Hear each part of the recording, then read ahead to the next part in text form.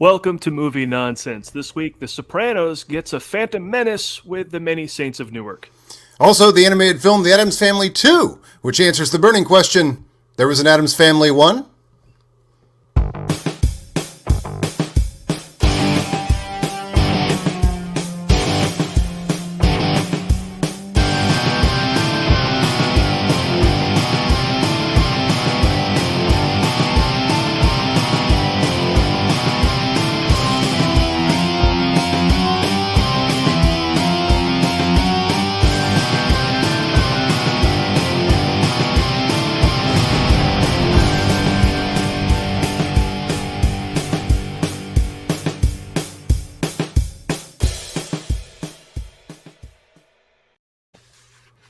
Welcome, one and all, to Movie Nonsense. Yes, Paul Preston here with Adam Witt, and we are bringing you this show every Monday at 6 p.m. Eastern, 3 p.m. Pacific. If you've seen our videos, or if you've read our reviews, or watched our live shows, or listened to our podcasts, or seen us on the Movie Trivia Schmoedown, you know that we're all about nonsense.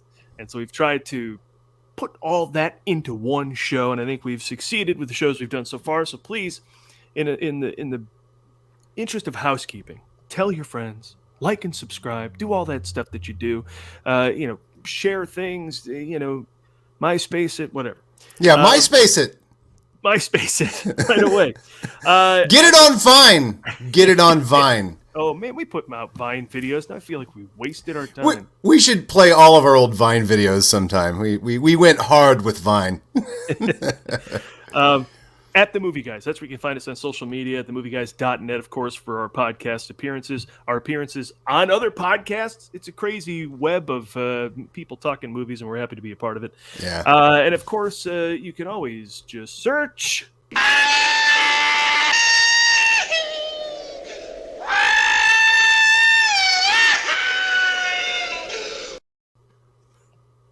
That's Yahoo. And we should come right up. Yeah, we should come right up if you search Yahoo. Are people searching Yahoo? Anyway, they're probably... I don't know. We just wanted to play that clip, really. It's all an excuse for bits here. Absolutely. There's no real journalism going on here. Well, speaking of bits, we have someone that we love doing bits with. Yes. If you saw, one of our biggest videos, actually, is our 2019 video, correct? Yeah. 2019 movies, 2020 Oscars, right? Correct. Yeah. That was a video we did with our special guest. Who is our special guest today? Please welcome Videodrew. Hey-o. Hey, everybody. It's always better with Videodrew. And Mimikyu. Oh, is that who we got? Yeah, that's this Pokemon. It is a Pokemon that it has a head that looks like Pikachu's head on top of its normal head. I was going to say. It's really scary, and I love it. Well, my favorite thing about Drew is you can follow the Drew plot lines. You can watch her get into Pokemon. You can watch her get dogs. You can watch these things take over her life. She's her own plot line. And now I'm into this thing called MetaZoo that's even cooler than Pokemon. Or it's like just as cool as Pokemon. But it's like its own new card game that has like, it's about like cryptids, like mythological, like, like Bigfoot and Loch Ness Monster and Mothman. And it looks really cool. So that's my new thing. Do you play the game or you just collect the cards? No, I don't. I don't know how to play any of these games. You just love the cards. Mm-hmm. Yeah.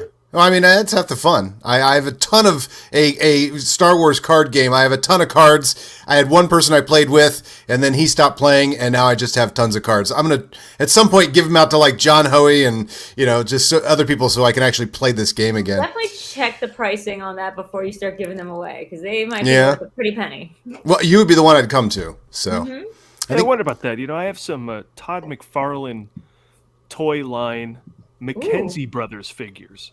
Oh.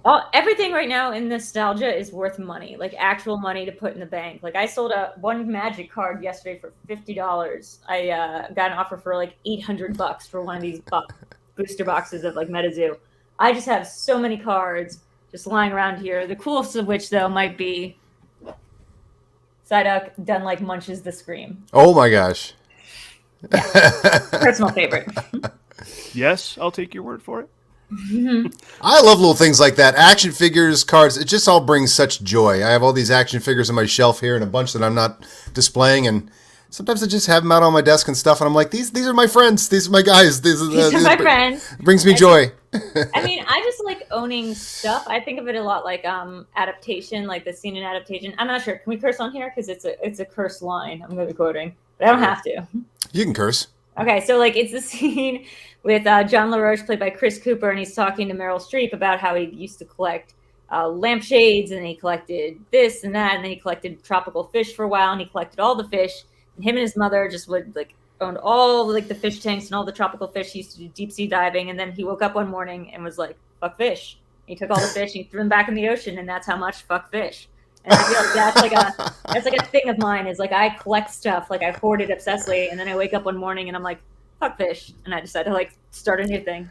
I am a classic delete it when I'm frustrated with how much time I've spent like for apps or games or whatever. Mm-hmm. And I was on this dumb Warzone, this I don't know, Metal Gear, whatever it's called. So, oh no. And I call the game Run Around and Get Killed. I run around with the people and they're so fast and I just go in and get killed. And for some reason I played it for a whole day, like adding things to my weapons and all this stuff. And it's like a 100 gigabyte game on my PlayStation 4. And I was like, I'm so frustrated I played that. I just deleted the entire thing. Like you are a inspiration because I do this. Like I get into something and then I start spending all the money on the in-game like apps, like stuff. Like I'm certainly obsessed with this like a Japanese claw game that you actually watch while you play like from a machine in Japan as it like reaches down and grabs something. And really? It seems like a fun thing to do.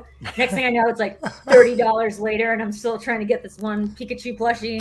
It's just very silly. And you're playing it in Japan and then the people will send it to you. Yes, and they send it to you. Correct. Oh, those places though in Japan, it's one of the few places I've been out of the country, but those places are awesome. I love all those arcades there. That country knows how to arcade. We've forgotten here. That's the only thing I care about, like, is arcades. There's one here in the Burbank Mall. There's what's it called? It's Player One? No, that's a book. It's called Something One, Arcade One maybe, and it's like the entire ground floor of the Burbank Mall basically now. Oh, and I just go there whenever I just need to de-stress because I like the hypersensory, flashy stuff.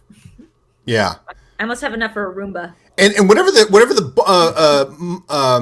BB's dropping game, they're like bits of shot that you have to drop and get down a maze. They've got 100 of those, and you walk into the arcade and it's just real citizens and businessmen and everybody just sitting there playing the metal ball dropping game, Plinko, the Japanese version of Plinko. That's amazing. I mean, it's karaoke. I feel like I would actually like. I've been going back and forth about whether I would love Japan or like be very like nervous in Japan because I don't like a ton of people like around at all times. But I think I would actually love it just because it does seem like the culture is so cool and fun and very up my alley in terms of like weird stuff. You'd like it. You'd be a cute celebrity foreigner. Like they'd love Americans and like you'll get drinks bought for you. So and the weird thing of being close is the bars. Some of the bars are like can only fit 16 people. They're these little blocks. Ooh. And you go down these streets and there's just a block. So when you go in there, it's like an American, start buying you drinks and stuff like that. And like we had all these people over at our table and it just became a huge party. It's like, okay, you know what? That's it. Going to Japan next. Yeah, let's do it. Pandemic's over and I have $1 million. Trying to figure out what you guys are talking about. Adam, that's Logan runs through one of those in the Wolverine, am I right? Right. Yes, okay. yes. I know what you're talking about. Yeah, exactly. Oh, that's right. Paul Speaks Movie. You got a movie art for me. If I'm gonna. Yeah. So that's right. They also have the Scott Pilgrim game, like where you can jump up and down like in time to other like music and win some points. I'm a big proponent of like when you go to these things, like I don't go to mess around. Like I go on the machines that aren't that even super fun to play, but are like the Plinky game or something where I can win a ton of points. Like you either do that one where it's like a fishing thing where you pull the rod and you can get like thousands of points or tickets. Or I do the one that's sort of like helps me Schmoedown, which is a giant wheel. It's like a pirate wheel and you spin it. You can count how many points you can get. And I try to use that to figure out the torque of like doing a Schmoedown wheel spin. This is making me sound very dorky. Did you really?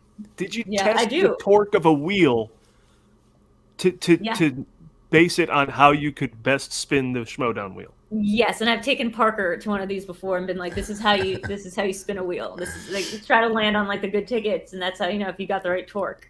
Wow. I mean, we can't like readjust it for the wheel in the Schmoedown, of course, but it helps with the torque. The old torque tester, Drew. Yeah. She'll test your torque. Don't worry about that. Test the torque. Well, we want to throw things over to Adam for our first game. We bring you in here to play games with you because, I mean, you bring Sweet. people on your show and play games, play trivia games and things with them. Yeah.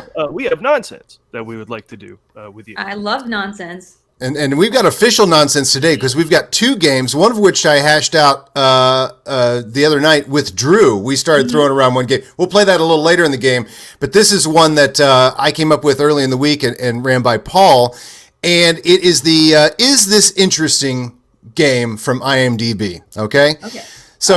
So, Paul, if I told you that Welcome to Mooseport was Gene Hackman's last movie, would you find that fact interesting? Depressing, but interesting. I think. Yes. If I told you that Mark Pillow only played 1 role in cinema history, would you find that interesting? Ooh. Mark Pillow? Yeah.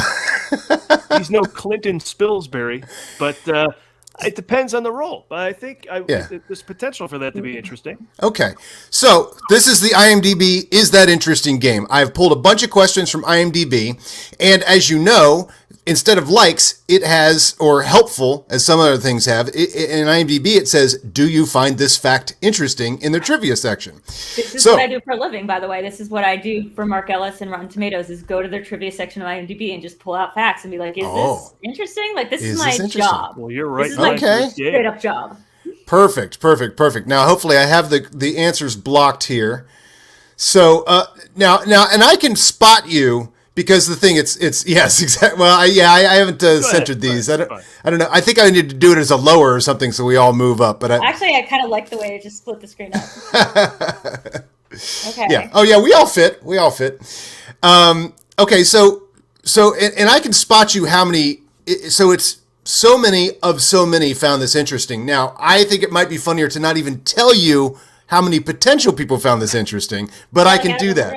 Okay, are we talking about like out of like 1,000 or like 100? Or is this like a Family Feud? Well, here's the thing: you don't know how many people weighed in on this, but I can tell you that. So you can let me know if you want me to spot you. Right. Out of how many? Okay. I could do the ratio here. I think I could tell you how many interesting to the non-interesting. Like, okay. But I can't tell you exactly how many. Well, here, hold on. Let me bring up the actual out of how many, so I give you a bit of a heads up here. Okay, so on this one, it is out of 40. Okay. Okay. So, director Robert Altman discovered actor Jeff Goldblum in a play in New York called El Grande Coca-Cola. And that is a play that is out there for rental if somebody wants to buy that play and put it on at your local high school. Mm-hmm. The film is the first of 4 feature films that Goldblum made with Altman. In the first 2, Nashville and California split, Goldblum had bit parts. And whilst in the 4th and final film, The Player, Goldblum ensembled. Beyond Therapy was the only film of the 4 in which Goldblum played a lead role. Now, first of all, I forgot that Goldblum was in 4 Robert Altman movies. Can I say like something like there's so much to unpack psychologically about the person who wrote this post? Yeah. The whilst is very interesting. The whilst. Oh, that alone. That alone says it's interesting. That says a lot of stuff. I but find then this also, interesting. the fact that this is basically 4 facts done in opposite order. Like, it should start with the broad thing. Jeff Goldblum has been in 4 Robert Altman plays. Good point. And only one of which has a lead role. And then it should go down to in the first 2, Nashville and California split, Goldblum. It should literally be done backwards because the way this is being presented to us, it's like the most minute detail first, which is like not that interesting. Grande Coca-Cola. But you start out there with your eyes glazed over. You're like, who cares where Robert Altman found Jeff Goldblum? But then when you're like, if it went backwards, this would be like entirely interesting of a factoid. That's my 2 cents. I'm saying this is not interesting. I'm saying the way he presented it was not interesting. Okay, right. But the fact, like, did you find this interesting? Yeah. Okay. And Garth is saying in the comments, Goldman's first movie with Desperate. He's not saying that he never was in a movie before. He was just saying that he discovered him in El Grande Coca-Cola. Because he was in Annie Hall. He was in a couple things, right? Yes. Well, his famous line from Annie Hall. Help, doctor, I've forgotten my mantra. I forgot my mantra, right. He's just in a hallway. And I think Sigourney Weaver's in that same scene. No, she's in a different scene. She's outside the movie theater, and she's only done in a wide shot. She's his date. Oh, okay. And that's trivia about this once. Oh, wow. Okay. All right. So out of 40 people, what's your guess? 12 find this interesting. 12 find this interesting. Paul? It's too convoluted to Drew's point. I say 8 people found this interesting. 40 of 40 found this interesting. You know what? I realized? Okay, maybe this is because it's like to take time out of your day to press that downvote button involves a level of caring about this fact or about Jeff Goldblum. It's not Star Wars. I need to address. I never engaged in any of this, so I need to address that. So when 40 of 40 people find this interesting, 40 people click yes, interesting, and really people click no. People take a second on a fact that IMDb shares with you to click no. Well, it's a user-generated fact. You've wasted my time. Well, go ahead. I'm going to tell you, it will make you feel really positive about the internet that a lot of people found these things interesting. A lot of people do not go to the trouble of saying, I don't find that interesting. That's a particular type. Yeah, I think it's going to be, a lot of them are probably going to There we go. Now it's up to 41. Well, because these are user-generated facts, I imagine the only time people would say not interesting is if it's demonstrably false, or probably about something like Star Wars where people are just like, no, that fact is not cool. It's not an uninteresting fact, because by definition, if you're uninterested in it, you're not going to take the time out of your day to press the downvote button. Right. This is what turned out to be the skew in the demo here, is that a lot of people just don't take, if they don't find it interesting, why would you go to the trouble of saying you don't? So yeah, exactly. So I will tell you, these do skew higher than you'd think. There's a okay. And enough of this one, but let me close it by saying there was so much in that I think everyone found. I forgot Altman directed Beyond Therapy, so for that I'd click interesting, regardless of what else it says. So the guy packed so much information into that it had probably a really strong chance to be 40 of 40. I forgot that good parse, or background character is different from ensemble character. That's a big bump up. I feel like I didn't know that, and I feel like Goldblum is not that much more of a character in The Player. It's just I think by that point he's Jeff Goldblum, as himself, right? Okay. Now, this next one is from Hanover. That one was from California Split. Don't ask me why I decided these. I went down that IMDb hole where you kind of go from one actor to another, and then so this one is from Hanover Street, which at some point I will finish and will be on the Ford Fiesta this week. This is Harrison Ford would appear with John Ratzenberger in Star Wars Episode 5: The Empire Strikes Back a year later. He is in Hanover Street briefly as one line, which is the crazy world of John Ratzenberger and how he's in Superman the movie and where's he in Star Wars? Empire Strikes Back. I think he says he's a Hoth general. He's a Hoth general. He says the shield doors must be closed, I believe is him. He has another line as well. Yeah. That's interesting. It's weird. It's weird when he doesn't sound like Cliff Clavin.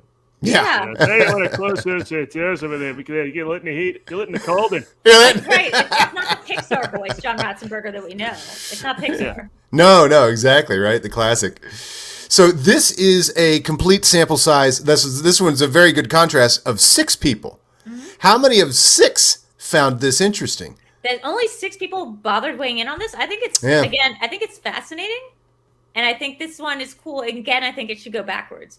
John Ratzenberger was in Star Wars. That's crazy. I get that this is for the other movie, but right for Hanover Street. This should just be for the John Ratzenberger fact section. That's cool. I didn't know that. So I would say you said 6 people out of 6. I'm gonna say 5 out of 6, and one person was really mad about it. 5 out of 6. 6 out of 6. 6 out of 6. You'd like to think that, wouldn't you? Yeah. It is 2 out of 6. Only 2. What? Wait. Now. So people pressed 4 uninteresting. 4 people found it uninteresting. Right. They actually pressed the uninteresting button on this. And millions didn't care to engage at all. Right. Remember that. That's fascinating. Well, you got to consider the massive popularity of California Split versus Hanover Street. So I guess less people were looking up Hanover Street versus California Split. Can I be honest? I love you guys so much, but I have no idea what either of those 2 movies are, and it feels like a little bit like I'm in. It's like watching Greg Turkington in On Cinema, where he's just talking about the popcorn movie classics he has on VHS. Where I have no idea. What is that? Allow me to school you, because go ahead. here at the Ford Fiesta podcast, another podcast that we're doing here at the Movie Guys, we're covering every Harrison Ford movie from the beginning of his career to the end. And that area between Star Wars and Empire, we didn't know if Ford was going to be big or not. He did Heroes, which he shot before Star Wars, and it came out where Henry Winkler was really the star. He showed up in More American Graffiti and really just a cameo. Yeah. And then Hanover Street was his first big lead role, romance, a World War II romance epic with Christopher Plummer and Leslie Ann Down. And so are these all Harrison Ford films? Is that what I need to know? No, that California Split is not. That's what, Elliot Gould and somebody else? And the dad from that one sitcom. Exactly, Michael Gross. But so this is Garth McMurray here is sharing that William Hootkins is another crossover actor I love. So go to the Ford Fiesta. You can find out all about the crazy crossovers, because Hootkins was tracking Ford all over the place, not just in Star Wars, but Raiders. Hootkins is in he's like in 4 Harrison Ford movies. Hanover, yeah, showed up in Hanover Street. It's nuts. I wonder if they're good friends, or if Harrison Ford's just like this guy. I think there's a weird British casting pool, because I think that like Superman the movie and Empire Strikes Back were both shot at Elstree Studios. Somehow, John Ratzenberger was on the list of people to go act in movies, and so Hanover Street must have some connection there. Maybe it was shot in Britain as well, right? So don't worry, Drew. Hanover Street is an 8-pointer in the Schmoedown. It's nice 5-bagger. Yeah. But we'll absolutely be asked if you spin Harrison Ford, because you'll never get a Star Wars question or Raiders question if you spin Harrison Ford. You're going to get Hanover, you're going to get Heroes, you're going to get... Okay, question number 3. This is from a movie you know, Drew. This is from The Graduate. I've definitely seen that movie and have heard from it. Okay, so, and this is a total sample size of 87 people. The red Italian sports car Benjamin drives throughout the movie is a 1966 Alfa Romeo Spider 1600, also known as the Duetto. Who gives a shit, right? Where's the trivia? I guess the trivia is it's a car. I guess that's trivia. I guess the trivia is that you didn't know that until now. Right. So it's literally quite trivial. Can I make a guess on how many people chimed in on this in the first place? Like how many of how many? He said how many. I think. Oh, he did. No, go ahead. You didn't hear it. So I think. Oh, okay. We can place money on that too. Yeah, let's put it's money a on low that. number, right? The low number. You really have to care to chime in on this, and you got to have a car and movie crossover nerd, and so I think that totals to about 12 people. Well, here's the thing: Fast and Furious. Counterpoint. Those are car nerds. People are car nerds, and car nerds love to talk on the internet. So I believe, what was the number? 86. Am I crazy? It was 87, yeah. 87. This is a total sample size. 87 people cared more about this fit. Yeah. Yeah. But, car geeks, someone could go through and not care about anything with The Graduate and see, I was looking up what that car was, I was about to say, there's a lot of people going through, their late midlife crisis who's like, I can finally afford that car in The Graduate. What was it again? Right. They have to Google it. Okay, and so the out of 87, the number of people that found that interesting. Oh, what are your guesses? 40. I don't think anyone found that uninteresting. No one was like, boo, fact, even though it's kind of a boo fact. Okay, so you're going 87 or up there? I'm going to go with 85. Okay, I believe Drew is closer on this one. We got 75 out of 87. 75 out of 87. It's a weird thing. There's no way to do it. It might be very uninteresting to our audience right now. No, I think it's fascinating in the way that that Always Sunny episode where they're on a Family Feud style show, and it turns out the audience member included Charlie, one of the main characters. So when it's name a thing that people eat, and he says dragon, and that's on the board because he was in the audience pool. That's pretty good. Let's move on to Superman 4. I found this very interesting. Superman 4, Wes Craven was set to direct, but was replaced after creative differences with star Christopher Reeve. Christopher Reeve did not get along with Wes Craven, who wanted to make Superman 4. You imagine Wes Craven's Superman 4? For the very first time, I have an example of something I would like some more trivia on, please. Can we elaborate on what happened here? Like, I would like that, please. Yeah, I would like a lot more information on this. I do have to look this up. This is just pure IMDb here. Or like how David Warner was set to play Freddy Krueger and then like dropped out, but there's like actual test footage of David Warner as Freddy Krueger. What? Which is so cool, and like I wish I knew more about that trivia. Wow. I wish there was more information. So how many people? Let's see. And of course, Wes Craven had already done a DC movie, Swamp Thing. So I think that's really interesting that he wanted to do another superhero movie, but starring very different. Ray Wise. Starring Ray. Oh yes, Ray Wise is in Swamp Thing. Oh, good call. I think he is the Swamp Thing, isn't he? No, Dick Durock is the Swamp Thing. There's the questions they're not going to ask me in the Schmoedown. Come on, I find that fact very interesting. Some credits should have this opportunity. Do you find the fact that this guy's named this and in this movie interesting? I love it. Okay, so he starts out as the scientist who gets transformed into the Swamp Thing. So he's the guy in the beginning. Oh, right. And then the guy in the suit. And the weird thing about Dick Durock is he is the Swamp Thing in that movie, the sequel movie. Who directed that, Paul? The Swamp Thing sequel? The Return of the Swamp Thing? You always knew this fact, and I found that fascinating. Yeah. I lost that one. That went away. Okay. And then the Swamp Thing TV show. That was all the same actor. Like there was some Kane Hodder demand that he remain in the role, but it just happened to be. Wait, so it's Kane Hodder? Oh, that's pretty cool. It was not Kane Hodder. It was Dick Durock. All right, Dick Durock. Okay, there's Kane Hodder like demand. I don't see what you're saying. I was like, right. Kane Hodder, that name I recognize. Yeah, nobody was like, oh, you got to keep Dick Durock in the role, or we're gonna protest. I mean, Dick Durock was writing in a lot of fan letters, pretending to be other people, just scrawling the name. Gotta get that guy Dick Durock back in there. I think the orcs are going to storm Dick Durock, and it's up to the dwarves and the other people of Middle Earth to defend Dick Durock. Durock stands, right? Yeah, we're Durockians. Durockians. All right, so out of 109 people... Okay, 109 people. Yeah, I say 109 is high, and I say the approval is high. This is interesting. It's very interesting. Even if you 100. We'll go 100. Even if you don't like Wes Craven and you don't like Superman 4 and you don't like this, that's even more reason to like this fact. Right. In what universe is this fact not compelling to you? Yeah, okay, so this is one where it does track heavily with what we're thinking, which is this is interesting, and it was, in fact, 108 of 109. One guy!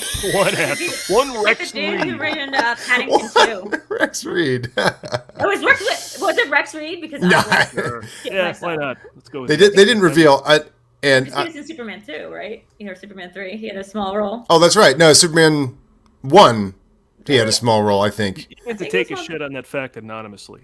So we I used to be Rex Reed's editor as a New York Observer. Get the hell out of here. No, I was, and then I passed that shit on to Vinny real quick because I was like, that can't be. Vinny went on to work for Rex Reed? Well, we were his editor. He more like worked for us, but no, it was a very abusive relationship. Like he would call you on the phone and just yell at you for like hours, and I was just like, Vinny, you do this. I can't. I just have to imagine the man has gotten his way being a tyrant for many years. God, you have no idea. He has a great story though about how he was supposed to go to the Sharon Tate's house. Sorry to derail this for a second, but if you guys want to hear Rex Reed's story, this 110 out of 110 declare this interesting. Okay, so he was supposed to be at Sharon. Allegedly, he claims we went out to lunch once. And he claimed that he was supposed to be at Sharon Tate's house the night of the Manson murders. But he decided to stay at the Beverly Hills Hotel and decided to convince Joan Collins, who had invited him, to say, not Joan Collins. Yeah, Joan Collins from Dynasty. Yeah, Joan Collins. He's definitely a Joan Collins friend type person. What's weird about this is that like Sharon Tate would be friends with Joan Collins, but whatever. So they were both invited, and he convinced her to stay at the Beverly Hotels with him because they had meringue pie, lemon meringue pie that was only served like one night of the week, and this was the one night of the week that like they had it. And he was like, I don't want to go to Sharon's for dinner. Like, we're gonna stay here and eat this lemon meringue pie, and basically bullied his way into that happening. Now I know everyone has a Sharon Tate story, but the idea that we could have all been saved from Rex Reed's but for that lemon meringue pie, like, is so dark, but like something I would think about almost every day of my life. So he chose that over El Coyote, I guess, right? Yeah. So maybe he doesn't like Mexican food, Yeah, I mean, it's no, because I think they had dinner at her house that night, or maybe. No. Famously, they ate at El Coyote. That's right. Across from the New Beverly. Yeah. So maybe that was what it was, and he was like in the area. But he didn't go back with them. He didn't have dessert, and he had his lemon meringue, and him and Joe Collins was spared. So So we get to enjoy him today. Yeah. What a treat. He ruined everything. All right, here we go. This is once again from Superman 4. we can go pretty fast in this one. I just love a good Mark Pillow fact. 78 people weighed in. Quick guesses on this. Who is 78 Mark people Pillow? weighed in. 78 people. Do I know who that is? Mark Pillow plays Nuclear Man in Superman 4. Oh, The Golan and Globus produced one of the quadrilogy. Okay, I'm gonna Google Mark Pillow. Is he the guy who created My Pillow, like the My Pillow? No. He's just Okay. Mark. Just Pillow is such a funny last name. Oh, It's his great. only movie, and he was a model, and his voice is dubbed by, I believe, a pitched down. Gene Hackman. Wait, why? For He's real? British. Yeah. Why? Wow. Yeah. 400 out of 400 found that That's shit an interesting right now. fact. I don't care about Mark Pill. I don't think anyone does either. I think 10 people chimed in on this and 1 found it interesting. No, right. I think that more people found this interesting. I'm looking at. I'm not cheating, but I am looking at Mark Pillow's personal trivia page. He's got a lot of stuff on his own personal trivia page. Oh, he's got to be a Comic-Con guy. I mean, you got to be able to get Mark Pillow's autograph at Comic-Con. Like, I don't know about this, but he was a Chippendales dancer in Los Angeles. Now that's interesting. That's before the gig too, before and after, I'm assuming. But yeah, So I'm gonna say 78 people sample size. I'm gonna say like nobody's gonna take time out of their day to comment on Mark Pillow, so I'm gonna say like Right. 77 out of 78. Only 70. Only Wow. 70 found that interesting. And there's no like talking about the people who are like choosing to find this neutral, right? There's just like, and then the other people unlike it. There is. There might be the flaw in this game. I also may not have found the most interesting facts. I What? love Was it that. really? Schmoed. Alan Smithy, Regalis, IG, I assume. Inner That was Geekdom. Oh. Yeah. Yeah. Who played Nuclear Man? That's a classic IG The 4 question. people that missed it are like the 4 people that didn't get that question right. I just see Paul Oyama like going and smashing that down like button or something. This is a not that fun a fact. This is from Poseidon Adventure, Okay. the original. Milton Berle's brother was an extra in the dining room. Now that is not. I don't think that's interesting one bit. 51 people sample size. I just hope 51 his name people. is Earl. Earl Burl. Earl. Oh wow, yeah. So I'm gonna say 51 people because again, you care to comment on it, you probably like it. I think in this, Paul. What do you think? How many people again? It is a sample size of 51 people. 11. You know, Paul, I would be inclined to go with you because this fact is just actually not that interesting. Okay. And it is, in fact, 37 out of 51. I'm not good Wow, at this game. It's not the first time I haven't aligned with the general public's opinions. To be honest, this is a little bit misleading because it's not what finds it interesting versus uninteresting, although that's the dichotomy that IMDb puts it at. It's who likes this fact versus who does not like the fact. Like, they're not saying it's uninteresting because, again, if with things that are uninteresting, you just don't comment. Like, you just scroll past it. It's not like a hot topic issue. But if you're And I will take that into account the next time we never play this game again. See, I disagree because people in the world today will take the time to tell you that you've wasted their time instead of just going about their that is day. true. Right. Wasted. Now it's like you have this forum to, instead of just going, well, that wasn't worth my time. I'm out. I'll never go back there again to IMDb. They have to go, you have ruined my last 40 seconds. But because And I this is am user upset. generated, like they'll never know. Like you'll never know who wrote it, and like you're not commenting on IMDb. Like you're saying it to like an anonymous person anonymously with your downvote. Do you think it would be more accurate to do upvotes versus downvotes? I don't want to go into Reddit, Yes. but I yeah. think that's a more accurate representation. I wonder At if they least have what's fun on here. facts like these. Like this is I found this to be a terrible fact from Young Guns. From Young Guns. When and this is a sample size of 19. When the regulators are saying prayers before a meal, Richard starts the Lord's Prayer with "Our Father who art in heaven." This is such a nitpicky person that's like, the historically accurate jerk. At the time, the Lord's Prayer started with "Our Father which art in heaven." Oh, and can you imagine watching Young Guns with this guy's like, and he's interrupting, he's elbowing during the movie? Yeah. Yeah, I can imagine that a lot. I'm not sure if you know what kind of people we hang out with, but I can imagine that very well. And I get the difference. I think this is like probably written by. I'm just not going to assume, but I'm going to assume it's a Catholic person. Like the difference being that it's not a person who is in heaven, it is a entity, which is witch versus who. Okay. So that probably is just like offensive to somebody on like a personal level, or they went to Catholic school or Yeah. something. That's what I'm thinking here. That's a pretty good analysis, actually. Not far. We're not far from are they witch art, and it's just Yeah. Wait till he gets to the whilst guy. Have him review that fact. Whilst. Yeah. Have him talk to that guy. Only 10 of 19 found that interesting. Well, 9 people are like, yeah, who cares? But we were talking about this with the Hanover Street episode of the Ford Fiesta, which you can find now on all your podcasting formats, including Apple Podcasts, Amazon Music, Pandora, Spotify, It's everywhere. Music, etc. iHeartRadio. It's there was a whole bunch of talk on IMDb about like the specifics of the planes that were used and what year they were added to the plane that would show differently. And this is guys. This is like it's called trivia for a reason. Like, does that just mean your story is shit? No, I know. I mean, it's called trivia. It's not called Importia. Like, it's not called like, Vitalia. It's called trivia. Vitalia. Vitalia. It is not Vitalia. It's not need to know information. It is literally trivia. For the movie Red Planet, this is definitely not Vitalia. I mean, again, here's somebody who has picked out a little fact. The bug was called a nematode, which is a group of parasitic worms. As a scientist, he should have been able to better identify or name that type of creature. Wow. This one isn't a fact. This is an opinion, man. Like, not to be all Big Lebowski, but this is just like his opinion. This isn't a fact. This is not a fact. And it's a 29-person sample size, and you could tell from how many found it interesting how annoyed everyone was at this guy. Was this Garth? Garth, you can tell us. Is this you?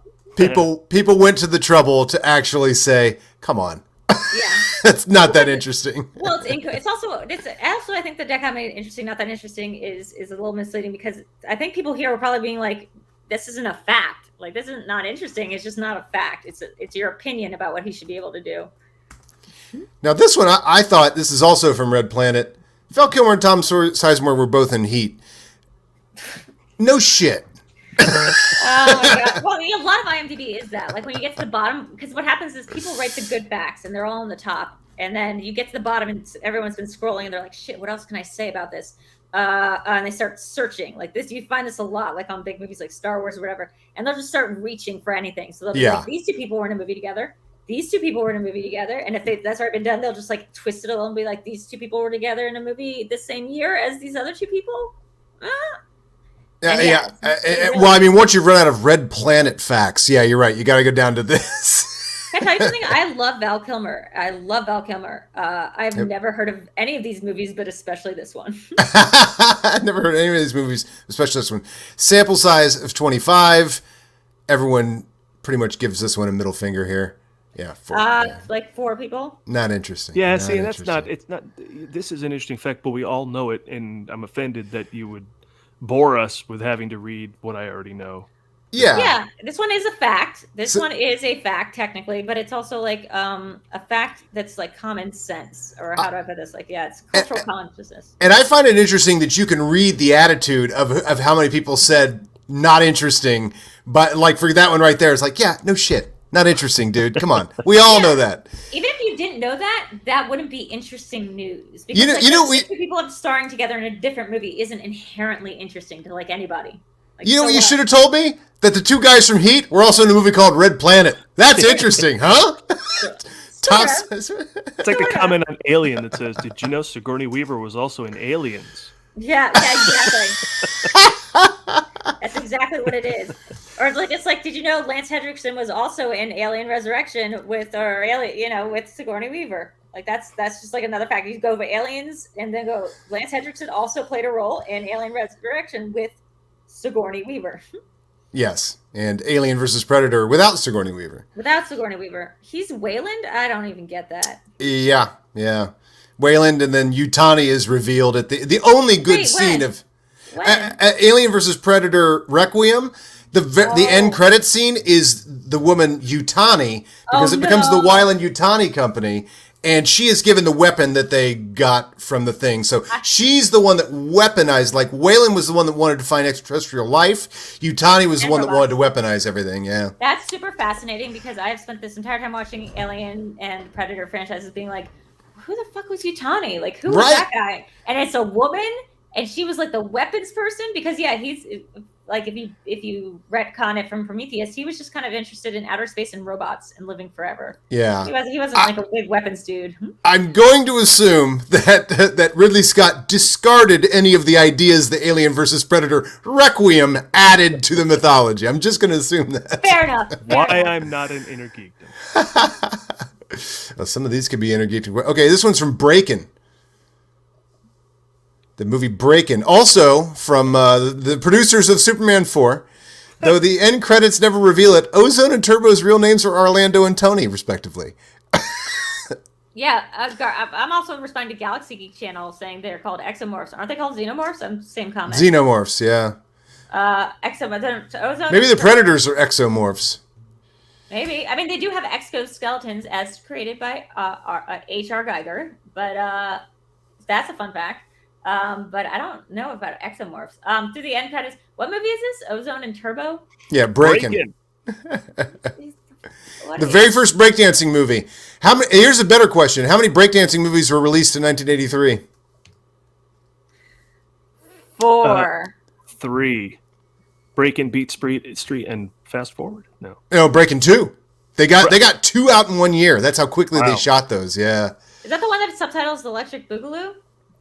Yeah. Breakin' 2, Electric Boogaloo. How did you not say that? How did you resist You're the right. urge to say the electric? This is the movie that has electric. That's the only great fact here is that Electric Boogaloo is the sequel subtitle to this Breakin' movie. Have you seen the documentary on Canon Group, Paul, Drew? No, I want to see that. I never did. Now, here's the amazing thing. So I knew there were 2 of these out, and they came out at the same time, okay? And so the first one is I can't remember what either of them is called. Maybe it's called Electric Boogaloo: The Wild and Fast Times of the Cannon Group, Golan and Globus. So the first documentary, you got to watch them in this order. It's made by people who are not Golan and Globus and tells their whole story. And they were trying to beat Beat Street to the rap, to breakdancing, because that was the thing that was going to come in, go out. We got to take advantage of it. So they beat Beat Street to the theaters, and Beat Street didn't make any money. Breakin' made all the money, and they made these movies so fast they made Breakin' 2, Electric Boogaloo, in the same year. At the end of the documentary, it says that Golan and Globus were approached about making this documentary. They declined and made their own and got it released before this one, which is like amazingly perfect. Yeah. Well, yeah. So it comes off as a Dante's Peak volcano movie, sort of synchronic issue, but it's not actually. Right. Ants, Bugs Life, Flockbusters. Paul and I have always called those Flockbusters. Nice. Very nice. Very nice. But it's just so funny. That's their MO. Is to get the movie out, and that they made their own documentary on the making of Golan Globus and got it out before these guys did, like a week before or something. It was the most perfect end. So Ozone and Turbo, that is considered, 14 of 18. Considered that interesting. 14 of 18. 4 people just super mad. Yeah. Why are you mad? It's just my question. Now, here's something that's a little newer. Okay, so I've been going deep down the pop culture well here. This is from Cry Macho. Oh, okay, that movie. But look at this fact. This was released 3 years after The Mule. The last time Clint Eastwood starred and directed in 2 movies released 3 years apart were The Gauntlet and Bronco Billy. Like, somebody's brain works that way, and I love it. Because I know people whose brains work this way. I have to say, these are probably people we know. Like, I have to imagine that some of this is people we know writing them. I hear it in their voice. So I find that interesting. It's a sample size of 35. How many people do you think found this interesting? I want to say no one. It's so dumb. Paul, you were close. 11 of the. Thank you. The way this has been going so far, you are basically correct, because you're going to get some people clicking. People just like to click like or interesting. Yeah. People love to click like. It's one of the truisms of this world. Yeah. So there's a lot going on in this here. This is from Bullet. Now that is not that interesting. That is if everything was IG. Paul wants to do a show where we do if every movie was an Inner Geekdom movie, and this one here. Can you name the license plate on Steve McQueen's fastback bullet Mustang? So you're basically just asking a Video Chronic quiz question. Yeah. He goes this deep, right? Well, yeah, but did you see, and not to like range it off topic a little bit, but you know that group Red Letter Media? They do a lot of stuff on the internet. Yes. They did what looks like to be a Movie Trivia Schmoedown parody, but it was all David Lynch trivia. Oh. And I was like, is this, I feel like seen and personally attacked here. I was like, what is this? Because they usually do like Star Wars stuff and like Rogue Guy stuff, and then suddenly it's David Lynch movie trivia. Like, it is, and done in a style of a game show that is very much like the Trivia Schmoedown. It felt like a personal thing. It sounds like they're fans of yours. Maybe. I couldn't get past. Really, I'm believing that. I'm choosing to believe that. I want to live in a world where that is true. Characters like goes out, get tattoo. Don't encourage him. So this is It's still 50, only 50%, right? Yeah, it's like who cares? All right, last one. I should have said that several questions ago. This one's a little more modest. We're out of time. And we're out of time. Adam, we appreciate. So happy to be here. This is Ant-Man. Oh my God, we took an hour on this. Okay, can we get to Ryan Phillippe? Let's do it. But I thought this was interesting. This is from Ant-Man. Garrett Morris plays the cab driver. And as a live-action superhero fan, whenever I saw a live-action representation of a hero, I thought that was so cool. And I remember this sketch going, you have never seen anybody dress up like Ant-Man until this. Like, there was the Hulk and Wonder Woman in it. You'd seen that, but yeah. This is the one with the birthday party for Superman, where like everyone's showing up and like.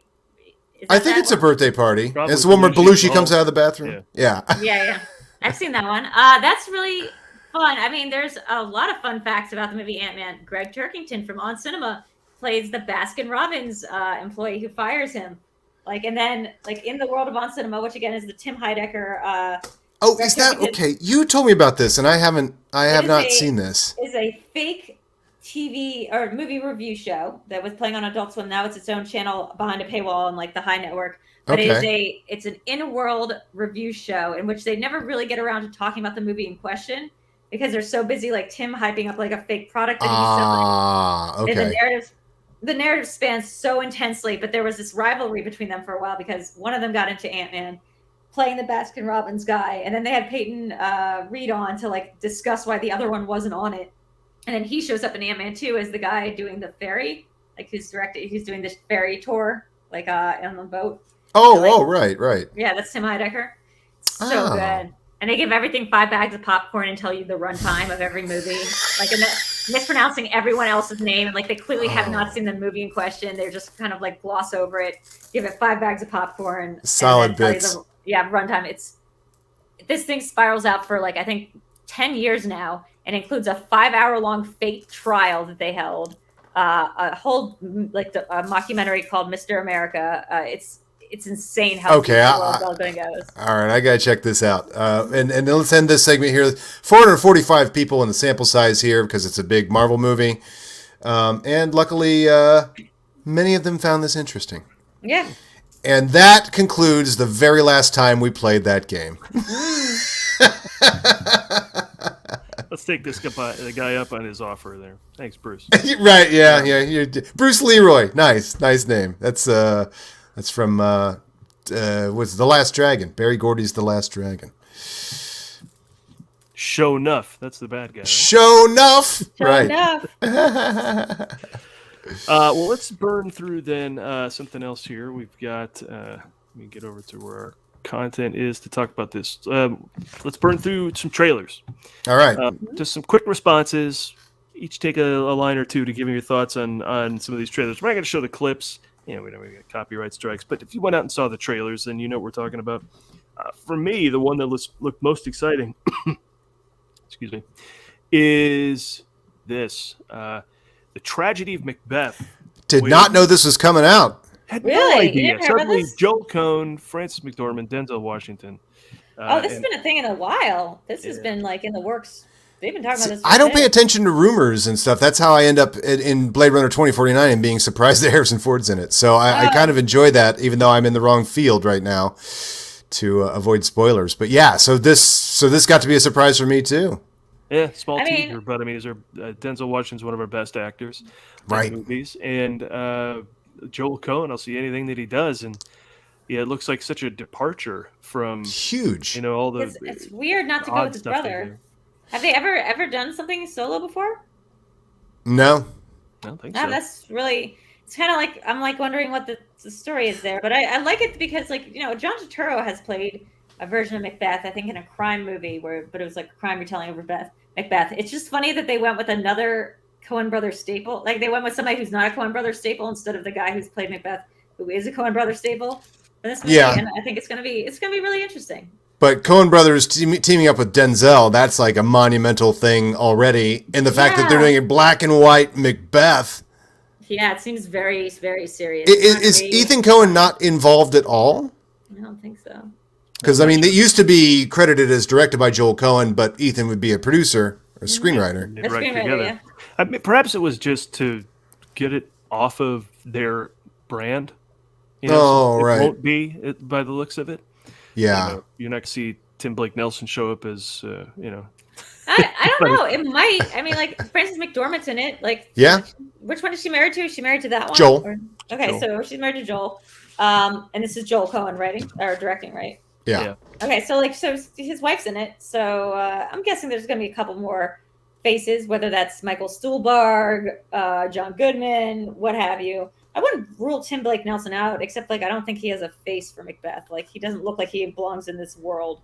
What is it? It is like another crime version of Macbeth, right? Where it's I think they're a crime syndicate or something. My favorite version of the retelling of Macbeth is Scotland, PA, in which Macbeth is it's Macbeth instead of McDonald's, and it takes place in the 70s at a fast food chain restaurant, and it's amazing. And Christopher Walken's in it. I have heard of this movie for years, and I've yet to track it down. Yeah, I've heard this is great. Yeah, great score. Maura Tierney is in it. Andy Dick plays one of the witches, and it was directed by a friend of mine, but it's a great movie. Check that out. It sounds extremely 98. Yeah, it's very 98. I think it won not Sundance, but it won one of these festival things, or it was like a big player that year. Yeah, that was back when you checked the trades for who was doing good at Sundance. I couldn't tell you who won the last 5 Sundances, but back then you're like, oh, Happy Texas got bought for $10 million. That's you check the trades to figure that out. Everybody's favorite movie, Happy Texas. I mean, I think that this looks great. I think it also looks very serious, but so did a Serious Man. But right, Serious Man, that's what we called it. Oh yeah, that looked. That was very serious, and that was very funny. They have that style about them where they can be even when they're doing serious stuff, they happen to be very funny. Just the way the world works. Yeah, I did not laugh that much at all the first time I saw A Serious Man, and now I find that to be one of the funniest damn movies. It's amazing. A perfect film. A Serious Man is a perfect film. Now, here's a good question: will this one be? Yeah, I guess you're posing that question right now. It's will this be funny?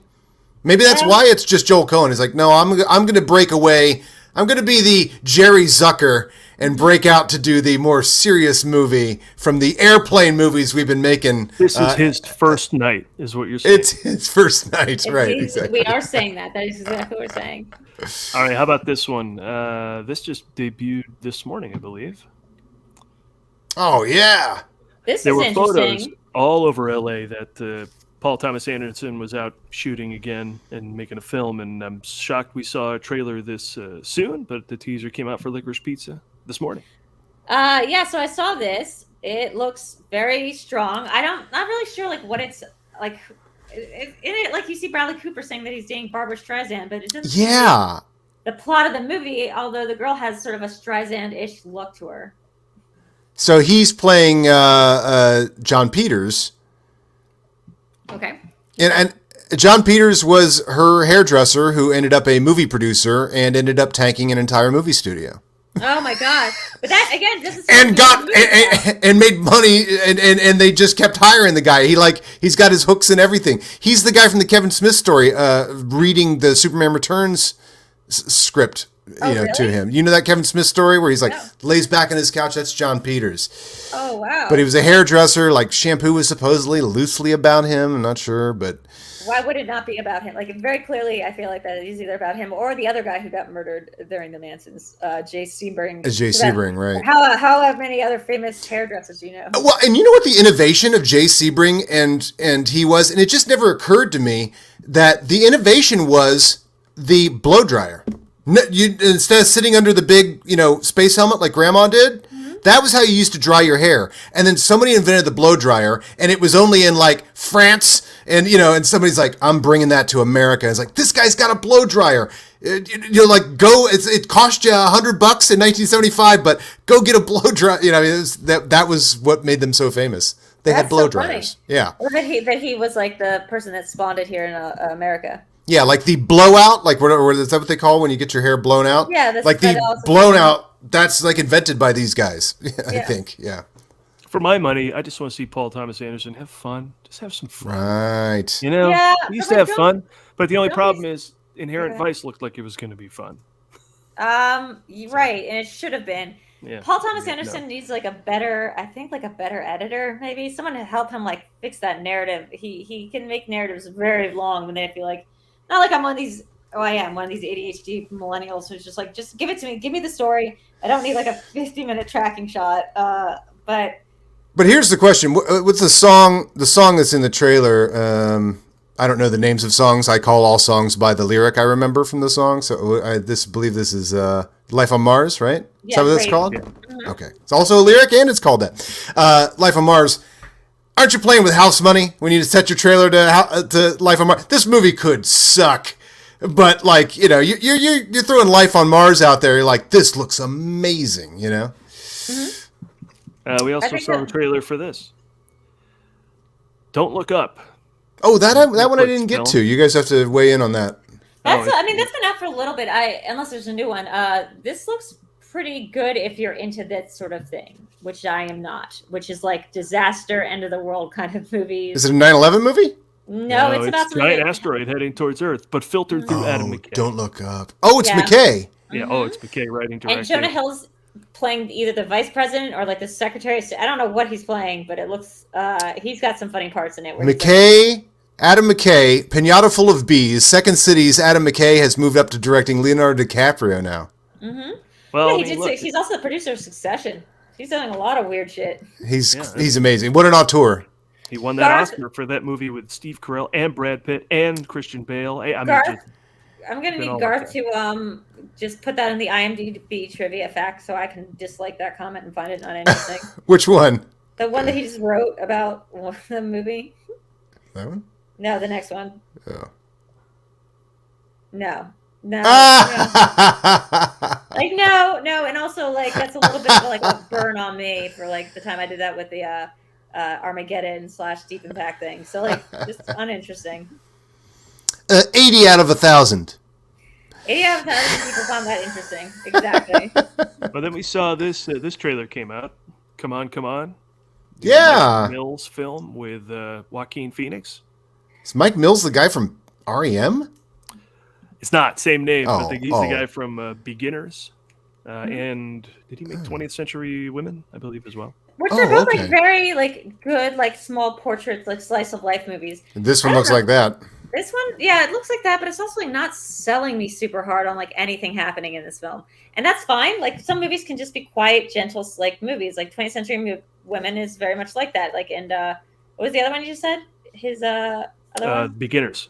Beginners is also like that, and it won Christopher Plummer like the Oscar, right? Like, that's the one where he got like the Oscar for being like the oldest dude to ever get an Oscar for Beginners with that has Ewan McGregor in it.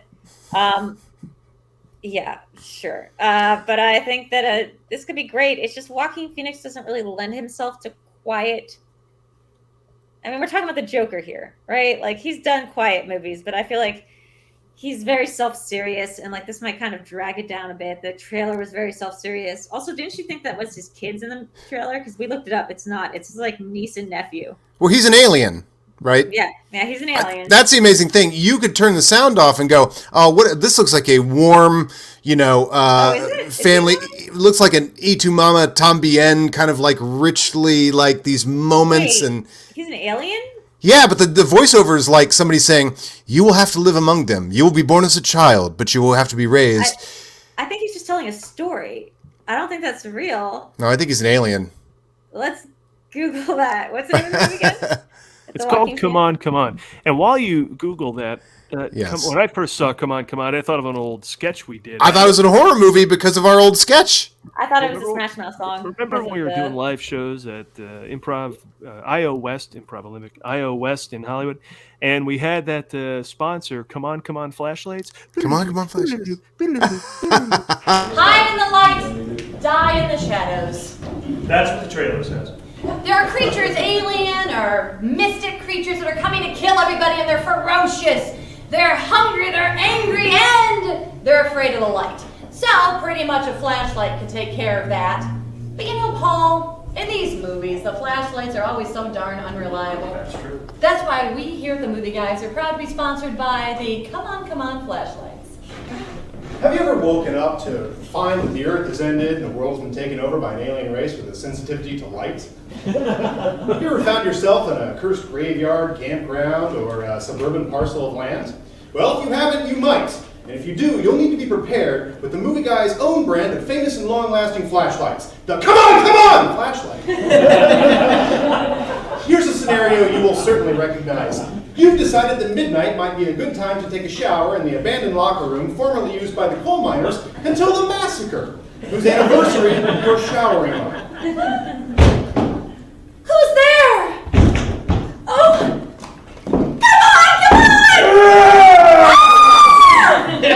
Now, with a common flashlight, you'll never see that maniac with the flour sack in his hand coming. As you know, flashlights fail in direct proportion to your stress level. So, be prepared for your future pursuit at the hands of a zombie or a serial killer or a force from beyond rational thought with the Come On flashlight. Who's there? Come on! Oh. Ah! This place has a death curse. You'll see whoever or whatever coming, even if it's just a cat, the hilarious prankster in your group, or the crazy yet prophetic old man who tells you the town has a death curse. That's Come On flashlights, the flashlights that always come on.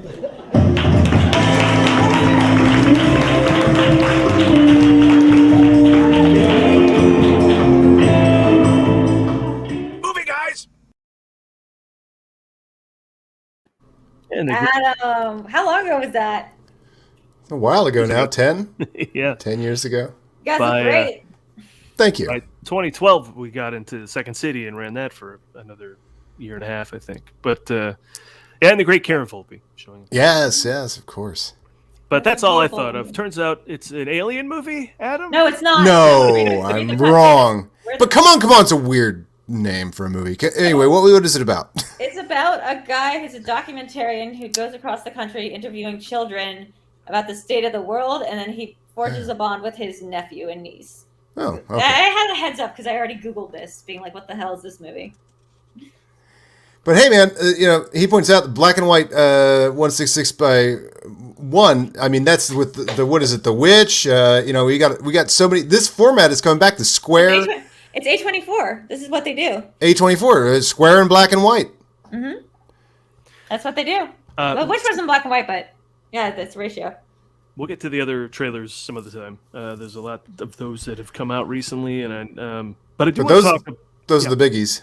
Yeah, but I do want to talk about what did you see this week?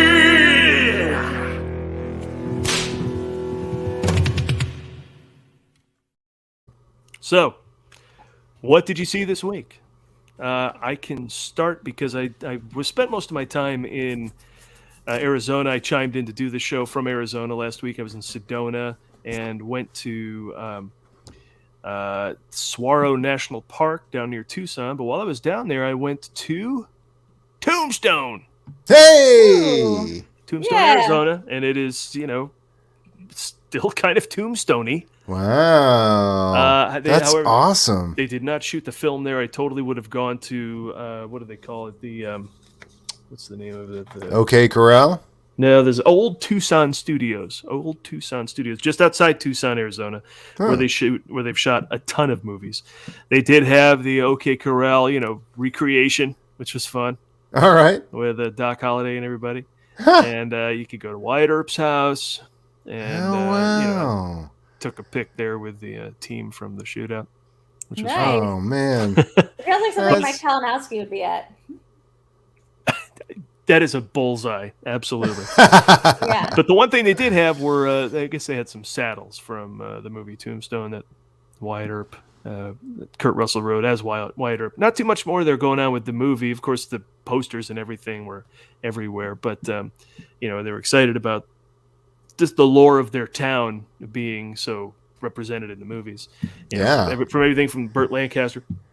So I did see a little movie of sorts called the Historama. It is an old ass film narrated by Vincent Price, showing you the history of the town. And every once in a while, a screen comes down. You watch that video, then it'll go up, and there'll be this diorama that someone made, like of the town. It's like a big art piece, like some school kids made it. And then the screen comes down, and the diorama spins to show you another scene of like when it was a mining town, and it comes up, then it spins again to show you when it was at its most busy. And it was just crazy to hear Vincent Price again and be like, this has been the same video showing here. Must have been, it's got to be at like least Disney, right? 30, 40 years or something it's like like that. the Disney thing where it's like he's just still the voice of that Disney light show, right? Is he? Yeah. He still does a voice at Disney? Yeah, that was like his last big thing. He recorded this voice for like their light show. I'm really wanting to do a Vincent Price impersonation, and I've done it before, and I realize I can't just conjure it up right now. I've been doing that lately. I've been spinning on the voices. And in my ongoing pursuit for movie locations, there aren't a whole lot of them there to track down, but I did go here. This is called Colossal Cave. Okay. Ooh. Adam, you're going to enjoy what they shot in Colossal Cave. Am I? Okay. Can I guess? Well, yeah, I'm going to be wrong. The obvious one would be The Descent. Oh, God, yeah. That movie. But I think they shot that very economically in a studio with 4 different walls that look like cave that they just kept swinging around. Oh, no. To talk about fun facts that I learned from, like, literally last week's script that I did, it was a giant building that they did with 39 separate rooms. Oh, wow. Okay. Yeah. That they shot in all near dark with using only the lamps that are the flashlights that they had in their hand, and they didn't let them see the monsters until like they bumped into them in the dark while shooting. Yeah, oh, that's amazing. That's awesome. I have some fun facts. We'll shoot that at Colossal Cave. No, at Colossal Cave. Can I guess one more? Feel free. Superman versus the Mole Men. No. All right. Night of the Lepus. With the killer bunny rabbits? Yes. You guys, what are you talking about? Wow. So I think Drew, look this trailer up. Okay. Night of the Lepus. Let's get a trailer reaction with Videodrew right now as she watches Night of the Lepus. Okay, well, you guys be able to hear it through my headphones. I'll probably have to mute myself. Okay, this is the content people crave. Somebody watching something while we sit around, I guess. Hey, welcome to the internet. Okay, so now it's playing. Do you guys hear it? I don't want to get you guys banned. No, you. I don't know if they copyright strike Night of the Lepus. You can turn it up. Okay, so hold on. This is just. I feel like I should be able to put it up here. Is this just Monty Python's? Monty Python's Night of the Lepus? No, I just with the bunny. Well, if you search killer bunnies, you're probably going to get the scene from Holy Grail before you get Night of the Lepus in your search results. Red lines. Okay, this is. Whoa. Oh wow. Yeah, it's. This is gonna give me a seizure. It's definitely a bunny.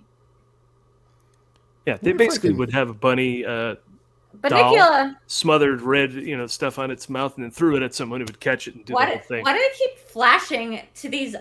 It's giving me like epilepsy, like this trailer. Well, you have your homework. Flashing. Night of the Lepus. Oh, here we go. Is audio coming through? It's not. That's okay. That's okay. Oh yeah, you're right. It's. Yeah, this is like not a serious movie. Janet Leigh. That's correct, Drew. It's not. Janet Leigh. Janet. So whenever they Leigh end is up in a this. cave, that's where I was. Colossal cave. I wonder if Just Janet Leigh did this outside because of- she was like mad at Tippi Hedren for being like in the Birds without her. Yeah, Vail, Arizona, folks. Wow, Nine Pretty sure Olympus. was There it Vail. is. Yeah. Good job recognizing Janet Leigh right Oh, away. I didn't. I was just ahead of you in the trailer. Oh, right. Paul Very Fitz. strong. Very strong. So, what was this in relation to again? Oh, I went to the cave where they shot. Yeah, Yeah. Movie locations. But there aren't a lot. that's a here, good so- one. But that's a good one. That's a good one. Beast of Yucca Flats shot anywhere around there? Before I did go to Arizona, though, I did catch Respect, the Aretha Franklin film. I know it's been out. How is it? But I finally wanted to check it out. You know, it's a decently enough made musical biopic, but I think in the wake of Walk Hard, the Dewey Cox story, Yeah, it's all biopics, just like seem ridiculous. After you like just can't follow all of the tropes that a musical biopic Agreed. have. And I thought to myself, Aretha Franklin doesn't have these things in her life. She doesn't. But sure enough, they rolled them out. She eventually, what is it? She has a corrupt manager. She has an ego that destroys all the relationships around her. She has hard drinking, like all those things. I'm like, she does too. I mean, so despite how well they do anything, it's just dull. Because well, you've seen it all one would before. wonder if being a celebrity or being famous isn't itself like part of a larger like constellation of symptoms of probably a psychological disorder, because it's becoming like an MO. Like if every single music biopic follows the same, without fail, follows the same exact pattern of behavior, maybe that's like a little Well, telling. they say fame is like ChemLawn for your problems. If you go into fame with certain problems, it just grows those. So, And look, and I'm not speaking out of turn here. I'm going to speak out of turn here, but like I married somebody who was a lawyer when I met them, and then became not even super famous, just like TV news famous. The amount of change that happened over 2 years, like in terms of personality, was like extreme. So I think so celebrity is its own form of like a cause or like its own drug. Yeah, it's its own drug. It's its own thing, and it's really hard to. How have you dealt with fame, Drew? You're very. I've not had it. I would not do as well. I don't think. I think I would be one of these people who immediately go buggy because I like attention, but then I also really hate too much attention. So my private time is like super valuable to me. So I don't think I would have liked it at all. But I probably would have also like needed it. That's what plants crave. There's two things about the film though that address that. It's like I like Johnny Cash, I like Hank Williams, I like Jimi Hendrix, I like Ray Charles.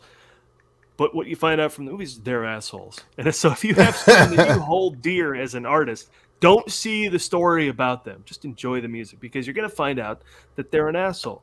But that's one thing I like, despite what you might want to say about Bohemian Rhapsody. It's a here or there movie, but man, they just go out on top. All the things that are supposed to drag them down, sure, they probably do. But man, they hit that Live Aid sequence and they roll 15 minutes in this huge concert. They leave the movie at the top of their game. You rarely see that. So it kind of stuck out as unique to me when I saw that, given that every other film just falls down but they all go out on top. Tropes. So like Ray, that movie ends with him on top, right? They don't, And they do kind of come out of it. Yeah, they end with his Pepsi commercial, right? I haven't seen it, but they end with the Pepsi commercial, right? Mozart ended up in a ditch. But we did, we could. But that's the thing. We could make the choice to then see Freddie Mercury die of AIDS, but we didn't. They send him out on top, and I just appreciated that choice. There could be no more depressing movie than actually following Ed Wood's entire life, but I love that Tim Burton goes out on Plan 9. As of that night, he is done what he wanted to do in life, and you don't get to see him having to write dime store sex novels and selling his typewriter for booze money and hawking his teeth. Well, and I mean, look, I think that that was more Larry and the other guy's decision as screenwriters, right? Because that's how they did Dolomite Is My Name too. Yeah. Really that's very Ed Wood. Yeah. I mean, yeah, they're great. They also did the People versus O.J. Simpson show. I love those two. They're great writers. They're very good. They also did the People versus Larry Flint. Mm-hmm. Yeah. And didn't you just tell me something else they wrote? Somebody just told me something they wrote that I was like, what? I had no idea. I think that's probably me. Let me look up what it was, though. Yeah, look that up. Let's see. Well, to finish that up, I also have a hard time watching Jennifer Hudson. I know she's close to an EGOT now. I think she wins a Tony. She'll be at the latest. Oh EGOT. wow! But I just watched someone start an American Idol, and I'm mad. It's just me. I know it's me, but they just have a mark on them. I'm like, I don't know, I'm just jaded by the stupid show, and I don't care to see. Yeah, they're great, and they do it all. And I know Brad Garrett started in Star Search, but anyway. I forget their last name. I'm just gonna go search for People versus do something. Karaszewski. I don't know what his name is. I just can't spell it, and I don't want to be offensive. Like we talk on Twitter sometimes. I don't want to be like. Well, rude. I'll go next, and then with what I saw this week, I finally saw Snake Eyes. I was so excited. No, not the Nicolas Cage one, but the G.I. Joe one. No, bummer. Nothing bugs me more than a movie that is named what a superhero movie would be named if it had a superhero movie, like Nightcrawler. That movie drives me nuts because I'm like, there should be a movie about Kurt Wagner, the Nightcrawler, but instead it is it's a movie I like, but wait, really? That's such a funny and like antithetic. I feel like Colossus. There's a movie called Colossus. I'm like, it's not about X-Men's Colossus. It drives me nuts. It's a good movie too, but still. Isn't it called Colossal? Oh, Colossal. Yeah, Colossus, the Forbin Project. There's an old 70s movie called Colossus. But yeah. Colossal was my friend Nacho Vigalondo, who we've had on the show before. He directed that. The Anne Hathaway movie? Anne Hathaway and Jason Sudeikis, friend of the show. Yep, friend of the show. Yeah. I mean, if I knew him once upon a time, he's a friend of the show. That's always been our rule, right, Paul? Yeah, met him once. Yeah, doesn't matter if I talk to him. He's a friend of the show. Well, Josh has been on Live in the Dark, so I think he technically is a friend of the show. Okay, which is good. Fun. Which makes him a friend of the show. Exactly, a friend of the show. So that's Colossal. Colossal. Yeah. But anyway, Snake Eyes, the G.I. Joe movie. Now, I watched the real G.I. Joe movie earlier in the week, and that's Fast and the Furious 9 or F9. Boy, they're having some fun naming these movies, ain't they? What in the world is F9? I don't know if I have time to get into it, but this is some stupid shit that is F9? Yeah, but it's just succeeds with pure confidence, pure bravado. None of this should work at all. But I mean, well, that's directing. Directing's a confidence game. Film is a confidence game, you know? You have to understand, too, that like the reason that we don't sit there and pick apart the logic of this world in a negative way is because the movie at this point is like hyper aware of itself being a fictional story. That's why Roman keeps mentioning that they're like superheroes. Like it understands that at this point it's basically Transformers and they no longer live in a universe where these people were boosting DVD players. I love it. Right. I love that they confidently went there. Oh, I figured out what Larry, and they've actually done a ton. But Big Eyes is one of theirs. But one you just mentioned to me last night or 2 nights ago. Oh no! Wait, really? Dolomite, Goosebumps, must have been somebody else. Jackson, Agent Cody Banks, Man on the Moon. Is that it? And Problem Child. Child. Maybe it was Problem Child. Yeah, maybe it was Problem Child. Mm-hmm. Anyway, so Snake Eyes. It's just amazing that they don't know how to make a G.I. Joe movie. It's so that. And there's such perfect examples out there. Granted, Black Widow and Shang-Chi were not out there for the people who have made Snake Eyes to go, oh, you take a little of this and you do a little of that, and that's how you make yourself a... But you get Barge Cat. You get Barge Cat on a hyper big blimp, and you just do that. Barge Cat? That's what he's in Cats. He's Barge Cat, the bad guy from Black Widow. What's his name? Sexy Beast. Oh, right. Barge Cat? Because he plays the Barge Cat in Cats, the musical. Oh, he does? Movie. Okay. I have not seen that movie yet. Oh, what? No. They created a new character for him that's just called Barge Cat, and his song is, he doesn't get any music behind him, so it's supposed to be like a joke. He's like, I'm the Barge Cat. I'm the Barge Cat. It's just like this. He just does a little jig, and Ray Winstone is amazing in that. But, okay. So here's all I'll say about Snake Eyes. One thing that drives me nuts is when they do an origin movie and he's finally the character that you came to see the entire movie for in the last scene. And so I can tell they're going there. I can tell they're just spending all this time, not even doing that great a ninja movie. Like usually ninjas, I'm happy. And again, look, it's me. It's a terrible movie. I'd totally watch it again right now because it's ninjas, it's, Storm Shadow. There's this underlying G.I. Joe thing about it. But boy, it really just throws its G.I. Joe in there. Like, don't forget it's a G.I. Joe movie because there's someone named Scarlet who's got red hair. Do you remember her? Mm-hmm. Marvel was the ones who decided, why don't we make the whole movie Easter egg? But there's still people like Snake Eyes that are like, throw a little Easter egg in there to make them remember that it's a G.I. Joe movie. Mm-hmm. But Marvel's like, let's make the whole movie Easter egg. The whole movie. Like the costume, let's go comic book accurate. And then people go, hey, I know that from the comic book. But somehow people are still making movies that don't adhere to these rules. So the whole movie, I'm sitting there going, this movie is going to end with, hey, now that you got your costume, why don't you, I got a little team I'd like you to join, Snake Eyes, called G.I. Joe. Credits. And I started... Huh? I guess I'm so out of the loop with G.I. Joe stuff that I'm like, is that I thought Snake Eyes was the bad guy. I thought this was like a Joker thing. No, Storm Shadow's the bad guy. And what's so funny is the entire time I'm watching this, I'm like, they're going to go, why don't you join G.I. Joe? Credits. And then I was like, why don't you join Cobra? Credits. And they literally did that with G.I. Joe, credits, and then the second mid-credits thing before they go to the scroll is Cobra going, hey, Storm Shadow, now that you're a bad guy and everything, why don't you join Cobra? Credits. It was just so like, yeah. This is sort of like reminding me of the Transformer movies, which also feel like they're just trying to shoehorn in like whatever. I mean, if Optimus Prime showed up at the very end and they're like, hey, we could make a team out of this. Credits. I mean, that sort of was like Bumblebee. Yeah. Which is the best one of them. Which is, yeah, Transformers Origins, right? Yeah. Mm-hmm. No, Bumblebee. Like, just the only movie. Yeah. But it's basically Transformers Origins as well. But yeah, that's a good one. That's a really good one. Because that's got a lot of Transformers in it. This doesn't have much G.I. Joe in it, No, I'm talking about the movie Bumblebee doesn't have like any other Transformers. It just has the two bad ones, the ones that sound like weed things. It's Shatter and like it's like Shatter and like Dropkick or something. It sounds like something you get at a pharmacy. Sound like Transformers names. Yeah, but I think that one only has the Bumblebee car and then the two bad ones. So that doesn't end with like, I got a couple of teammates and we're going to form a team. Okay. At the end, Optimus Prime shows up and he's like, blah blah blah, I'm a truck. Credits. Because it takes place in the past. Yeah. Adam, you have to, like, at one point they go, you have to face the 3 challenges. I love a movie where a guy faces the 3 challenges. I like 3 challenges. I like a forbidden object. I like some Indiana Jones thrown in there. They have to go get the thing that catches people on fire. They don't explain it, but you like your MacGuffins over easy, is what you're saying. You like a MacGuffin sandwich with egg and cheese.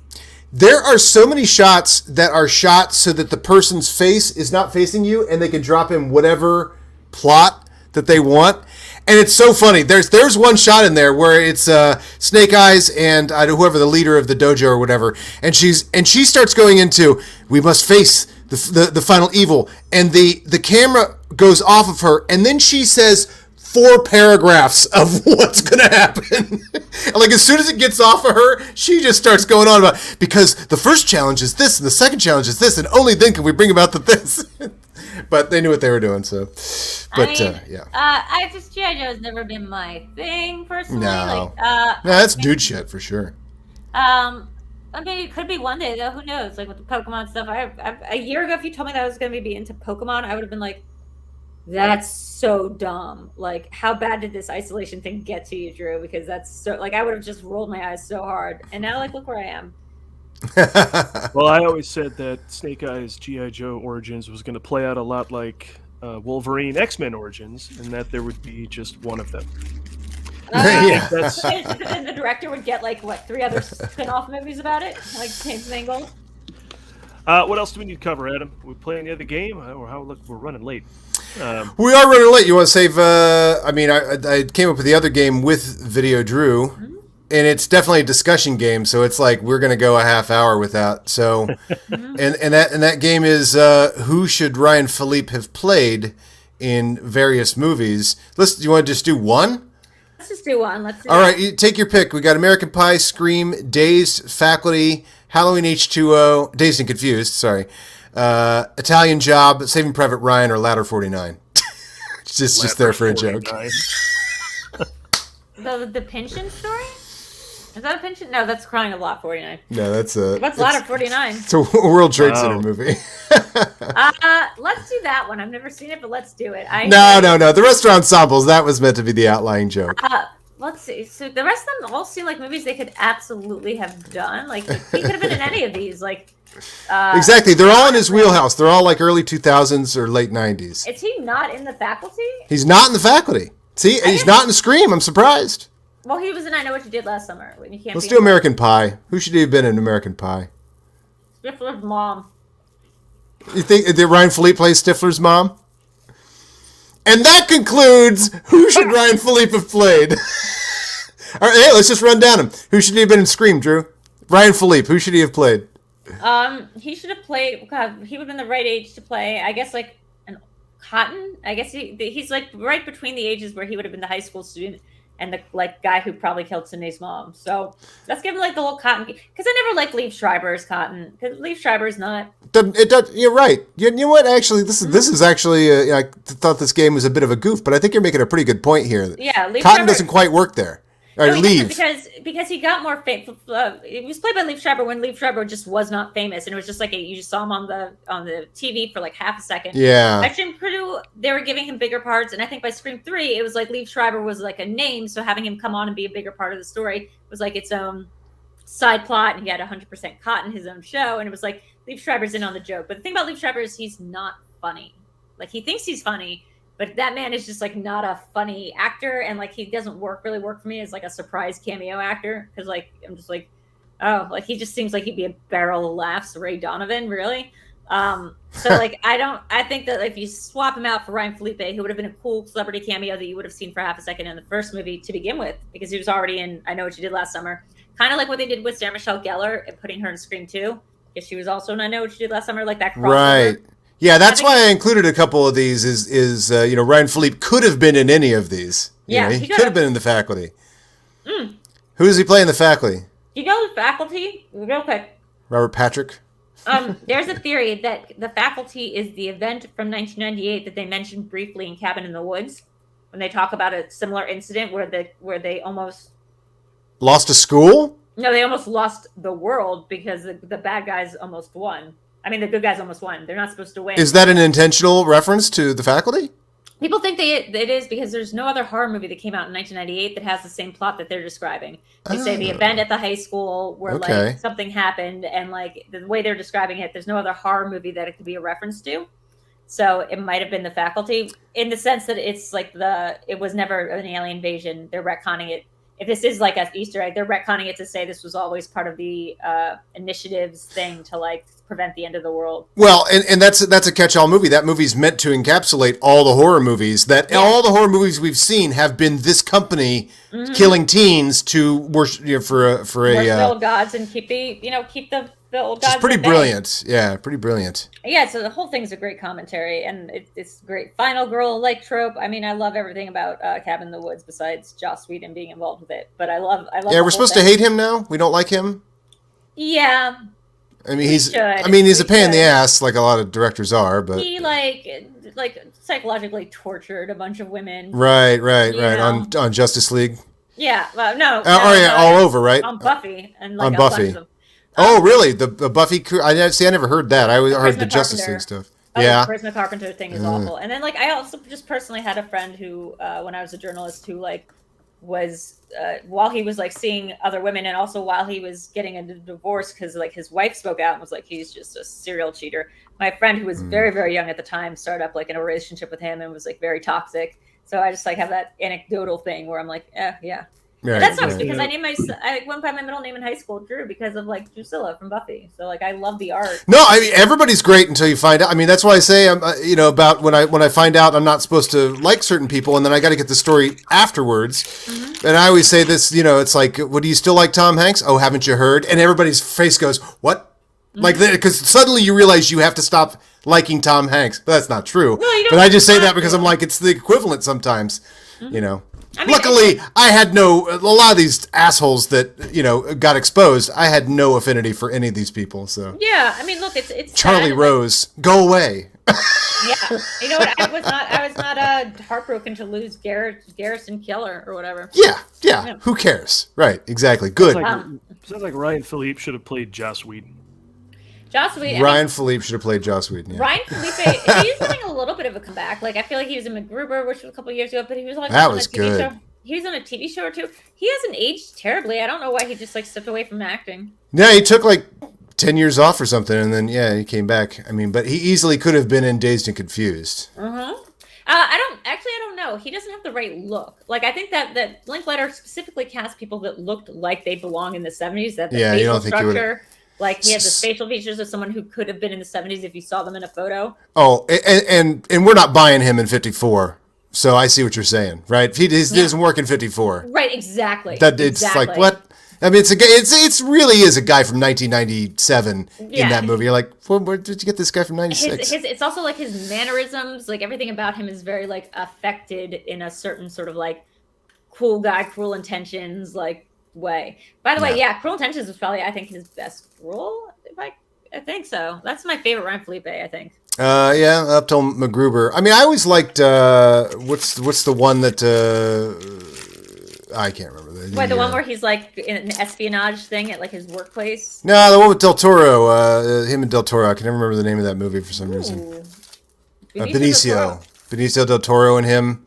Well, what are they doing? Directed by Chris McQuarrie. Way the Gun. Way the Gun. That's a good movie to remember. That sounds good. It is a good movie, yeah. Yeah, I always like that movie. And that movie plays itself real steely-eyed. But steely-eyed and like men on a mission business, if you take it down to like this experimental level, is technically boring.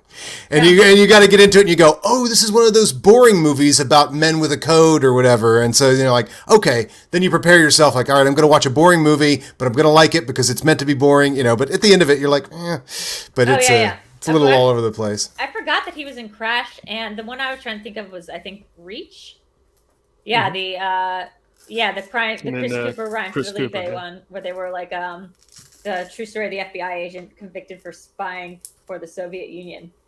Oh, I don't know that one. Yeah, that was like when Chris Cooper was also hitting the stride. But now he's, let's see, he was in The Lincoln Lawyer, and then he's the lead. I knew this. He was a lead in a USA Network, Characters Welcome, called Shooters.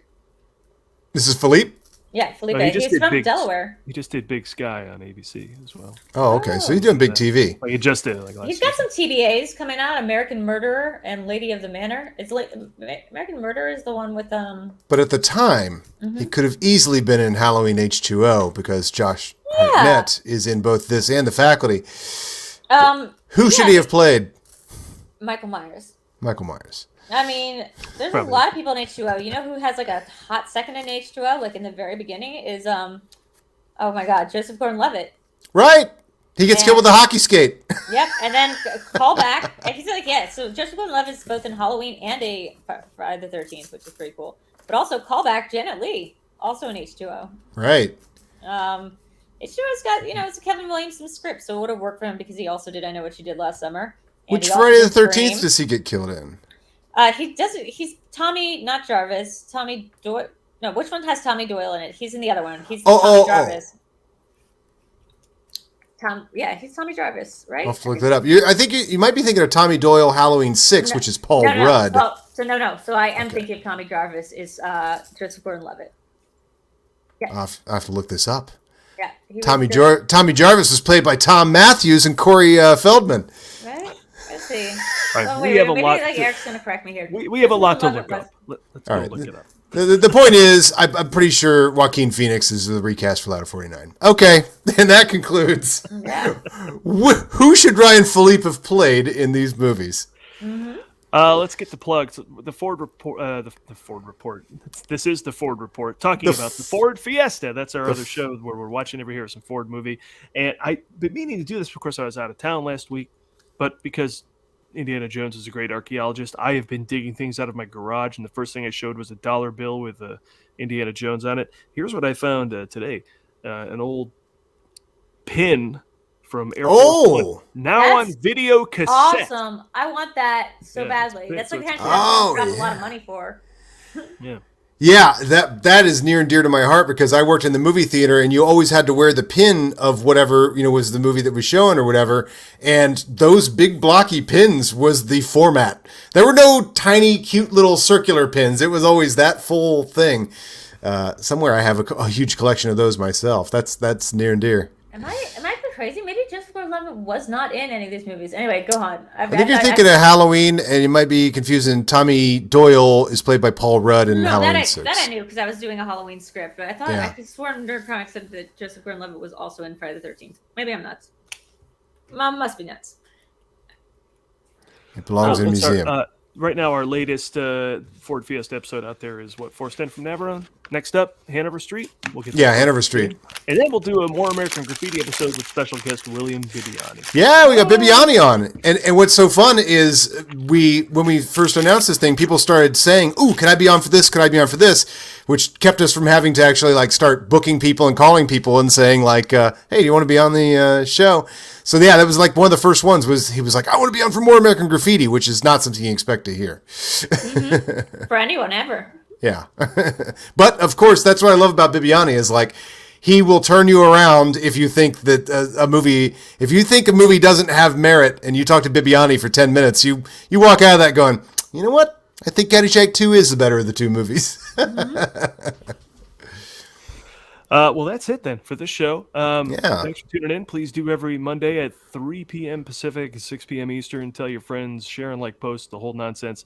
You can follow us at Twitter, Facebook, Instagram, etc. at The Movie Guys, and go to themovieguys.net for everything else you want to know. Thanks to Steve Schultz, who does some writing for us now and then and get some of his jokes get on the show, which is cool. And, and thanks to David B. from the Schmoedown for doing the Ford Fiesta theme. Because I ran into him last night and I said, God, we never credit you for that. And the Ford Fiesta theme, well, next week when we play a Ford clip, I'll play the Ford Fiesta theme as well.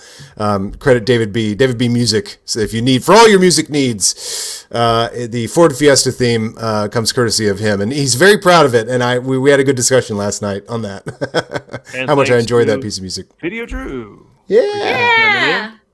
Follow her. Is that everywhere for you? Video, Instagram? I've got a new thing that I'm out. I'm just literally releasing a podcast as we speak it's our new network called Content Candy. So you can find that by searching Content Candy on Apple or Premium or Stitcher or wherever you find podcasts.